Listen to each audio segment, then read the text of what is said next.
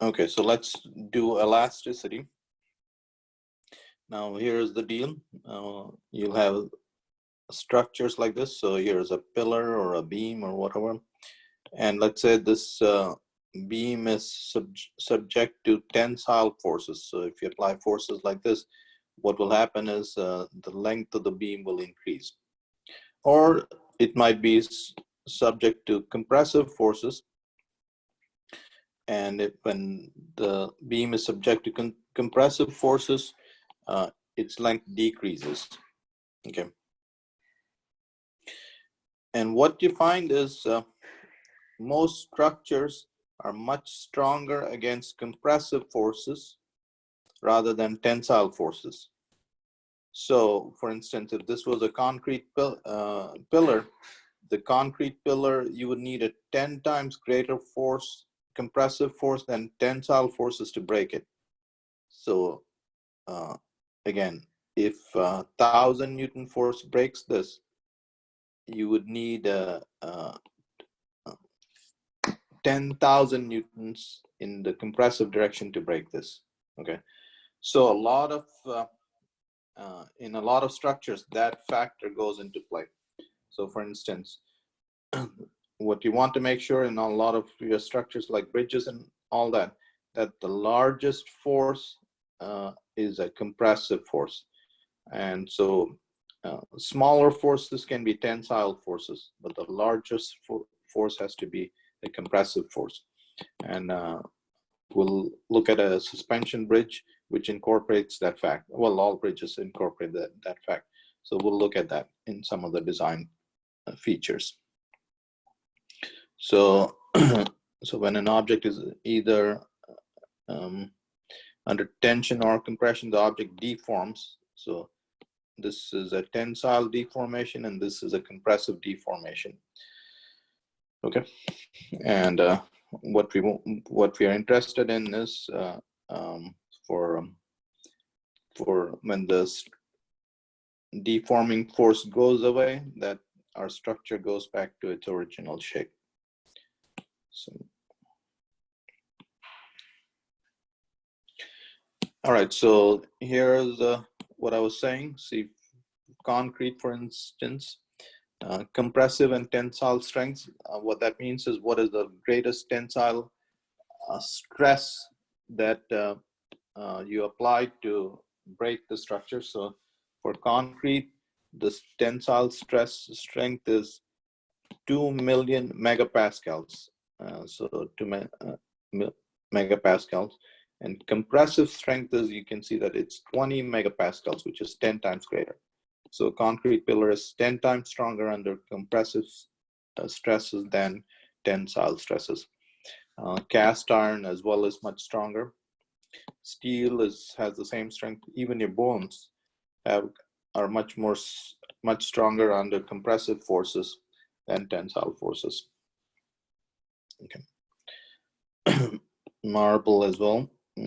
Marble is brittle, and the tensile strength is not constant, so it's different for different marbles. So, I mean, it's not uniform. This is more uniform. Okay, so in this problem, so in these things, again, that bar, the top half of the bar is undergoing tensile stress, and the bottom half of the bar is undergoing compressive stress. So let's say if the bar were to crack, you know that it'll crack at the top, not at the bottom. So that's what you can see. All right, so let's see. Okay, let's show you this example of the bridge where that fact about large forces being compressive forces is being utilized. Okay, so let me draw this bridge here on the side. Let me do it on a whiteboard. So let's say we're building a bridge and a suspension bridge, and let's say we put a bunch of cars, that's the load, or trucks and so on. Okay, so here are the cables supporting the bridge. Now, so let's say the total load that you have to support is 100,000 pounds. I'm just making up these numbers. Okay. Now, let's say if you have 100 cables, each cable is only supporting, the tension in each cable is only 1,000 pounds. Okay. 100 cables. Okay, and in the cables, the tension is a tensile force. So that's the force is a stretching force. Now each cable pulls on this this thick cable. Okay, so the thicker cable has to bear more tensile force. Okay, now but these thicker cables, what they're doing is they're pulling down on this guy. So these beams have to bear compressive forces, and the force on each one of them is there are two of those, so that has to be 50,000 pounds. This has to be 50,000 pounds. But you see, this is a compressive force. So the large force is a compressive force, and a small force is a tensile force. So that's what went into the design of the structure. Okay. And of course, another feature is so you can build a bridge like a suspension bridge with a lot less material. Okay, so anyway, that's the kind of stuff that goes into designing these structures.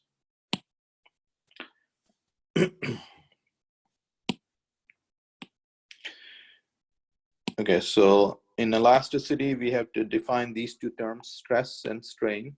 Okay, so here's a bulk stress being applied to this object. So whenever forces are perpendicular to the faces, and generally it's a compressive bulk stress that's applied, that's what you mostly encounter.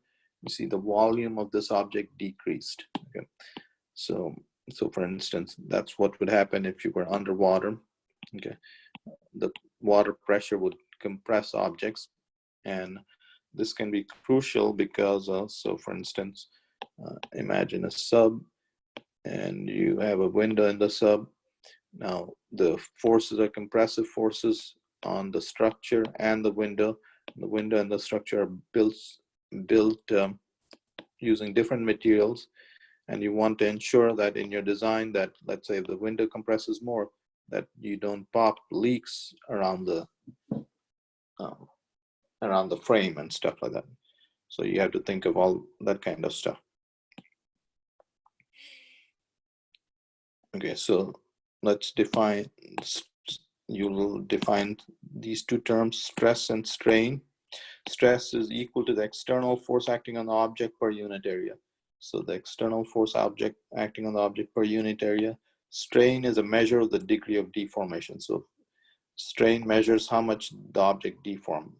Okay, so let's look at the definitions. And the elastic modulus of the material is defined as the ratio of the stress over strain. And there are three elastic moduli that we define, corresponding to three kinds of deformation we'll study, and let's get to that. So the three types of moduli that we'll talk about are Young's modulus, measuring resistance to change in its length. So when the predominant dimension of a object is length, such as beams and all, Young's modulus is what you'll be interested in. Shear modulus is you'll be applying stresses where forces are applied to opposite faces, and this is the kind of deformation that happens. So the faces are moving parallel to each other, and this is called a shear deformation. These are called shearing forces. Bulk modulus is when the volume is changing. So you're applying forces perpendicular to the object, like you saw in the previous slide, and the volume of the object changes. Okay. All right, so here is an object. So here's a beam, and what you've applied is a tensile stress. Okay, so now for this guy, the predominant change is in the length of the object. Now the area of cross section also decreases, but that is much smaller change. So we'll keep track of the biggest change. So when the length is the predominant dimension, it's the length that changes the most. Okay, so tensile stress is defined as the force per unit area, force per unit area. So force divided by the area of cross section. And tensile strain, strain is defined as how much did the length change divided by the original length. So this is the percentage change in length, and this is the stress that was applied.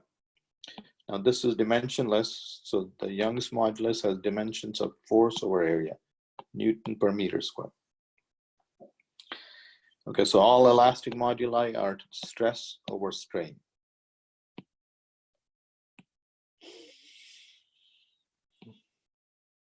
Okay, so you will see, so for material scientists, this kind of graphs are important. This is the stress, this is the strain. And what this is this is the elastic region. What that means is as long as you apply a stress less than that, the strain is proportional to the stress. And when you remove the stress, the object will go back to its original point. And the yield point is if you apply a stress greater than that, the object will permanently deform. And if you if you reach that point, it's deformed, and you reach that point, it'll fracture beyond that point. Okay, so what we are saying is you always want to be in the proportional limit for your structures. So if you are designing a bridge and stuff like that, your structures, you want to make sure that your structures do not encounter stresses greater than that or something like that, whatever limit you define. And when the stress is removed, your structure will be within the elastic regime. So when stresses exceed the elastic limit, objects deform permanently. This is the elastic limit, and they deform permanently. Okay. All right.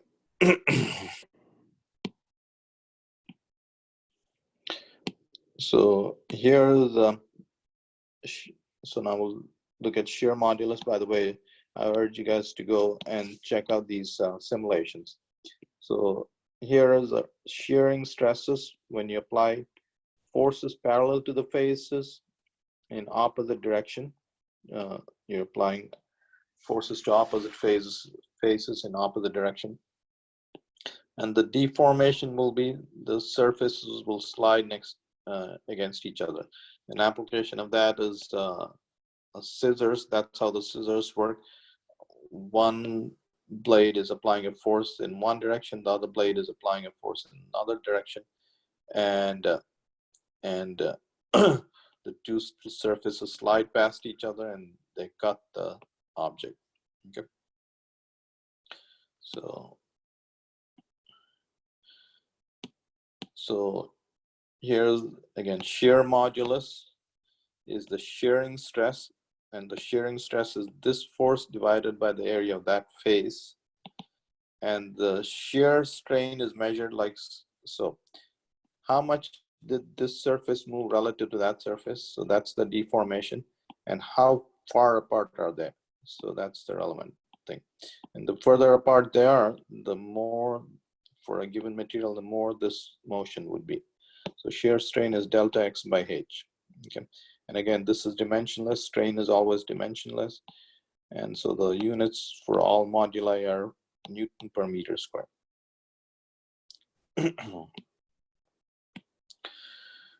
Here's bulk modulus. Bulk modulus is so you're applying a force perpendicular to the surface and the volume decreases. So And bulk modulus is defined like so. Again, bulk modulus denoted by B is stress over strain. Stress is force per unit area, force divided by the area of this face.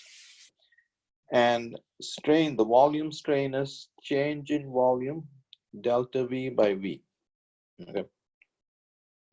Now we have a negative sign, and the reason for that negative sign is most of the time what we encounter is the volume change is negative. So because the volume decrease, so negative times negative gives you a positive number. Okay, so so that's how the bulk modulus is defined. Okay, so stress is pressure divided by the volume strain.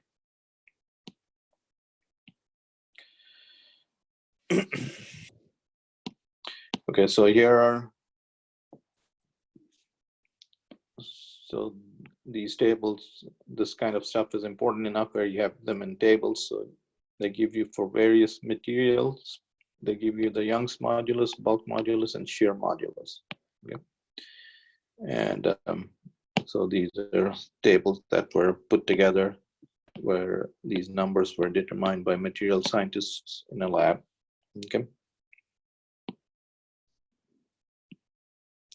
Now, so here's an application of the following fact. Okay, let's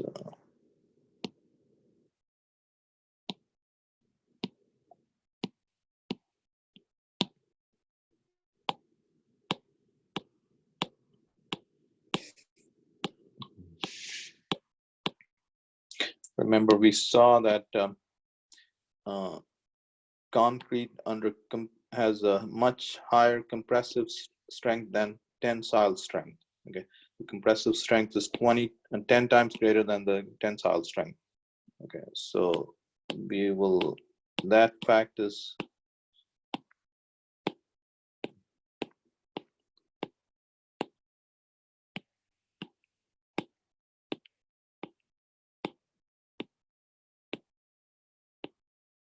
okay, that fact is utilized in these structures. Okay, so here's reinforced concrete.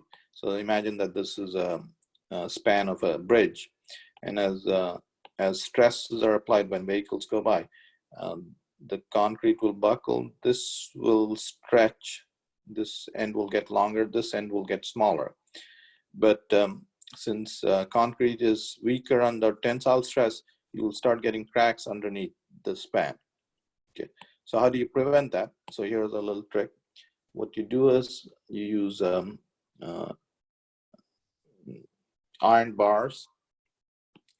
You stretch them, keep the rods under tension, and then you pour the concrete on top of it. So what you have is you have these iron bars, and then they're under tension,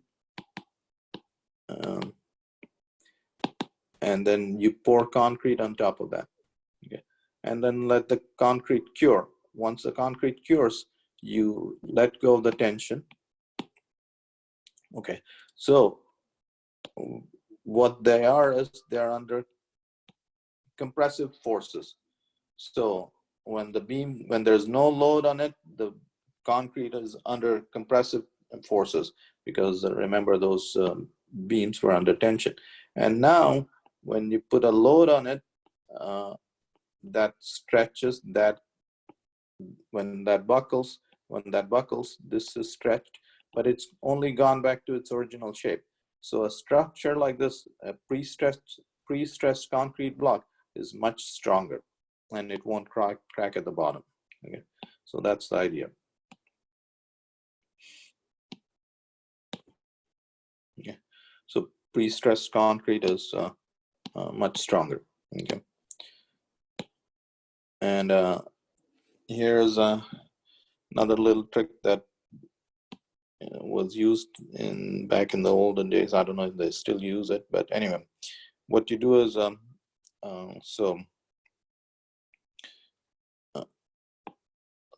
certain materials like plastic and all have optical activity. What that means is you'll learn in physics too that electromagnetic waves have something called a plane of polarization. You have polarized lights which have a plane of polarization, and if you pass a plane polarized beam through a material like plastic, when it goes through plastic, the plane of polarization will turn. Okay. Now, the amount of turn of the plane of polarization depends on how much stress the plastic is under. Okay. So the idea is the following: you build a model structure made out of plastic or whatever material that exhibits large optical activity. And so here's the model. Here's a polarizer. Here's an analyzer. So you send light, unpolarized light, and you get polarized beams here. You put a load on your structure, and so that puts different amounts of stress at different locations. And you're analyzing this light coming over here. Okay. And the more the plane of polarization is turned, the greater the stresses, and you find out what joints have the greatest stresses, and you just slap more cement there. So you find out weak points on the structure. Anyway, okay, so that finishes this chapter. And what I'll do is I'll stop the